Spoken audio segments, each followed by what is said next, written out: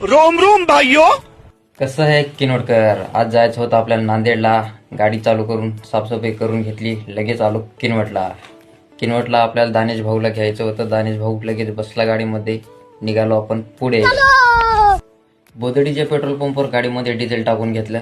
लगेच आलो आपण टोलनाका. टोलनाका काय नाही हो, टोलनाका बंद आहे. गाडीचे पैसे द्यायचा काही विषयच नाही. भाऊची गाडी टोलनाका झाली पास. आलो आपण कोटा फाट्याला. आपण इथे पटापट नाश्ता करून घेतला. निघालो पुढच्या प्रवासाला. लगेच आलो भोकर फाट्याला. राईट टर्न घेऊन नांदेडच्या नॅशनल हायवेवर चढलो.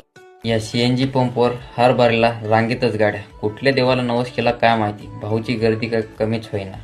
पॅसेंजर ऑटोवाले पण लोडिंग गाड्याचे भाडे मारायले. आपण पण सीटा टाकून पॅसेंजर वडावायचे. नॅशनल हायवेवरून लेफ्ट घेऊन खाली उतरलो. राईट घेऊन नांदेडमध्ये आलो. नांदेडमध्ये आलो बघा आपण फ्रूट मार्केटला. मार्केटची गर्दी काही कमी झालेलीच नव्हती. तोपर्यंत आपण थांबतो. माल खरेदी होईपर्यंत वाट बघतो. लगेच गाडी दुकानला रिटर्न लावली. पहिले ॲपल भरले, नंतर मोसंबी भरली. आता आपल्याला भरायचे होते पायनॅपल. पायनॅपल भरणं चालू केलं.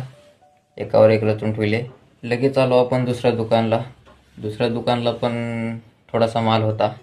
लगेच गाडी भरून घेतली. पूर्णपणे गाडी लोड करून घेतली.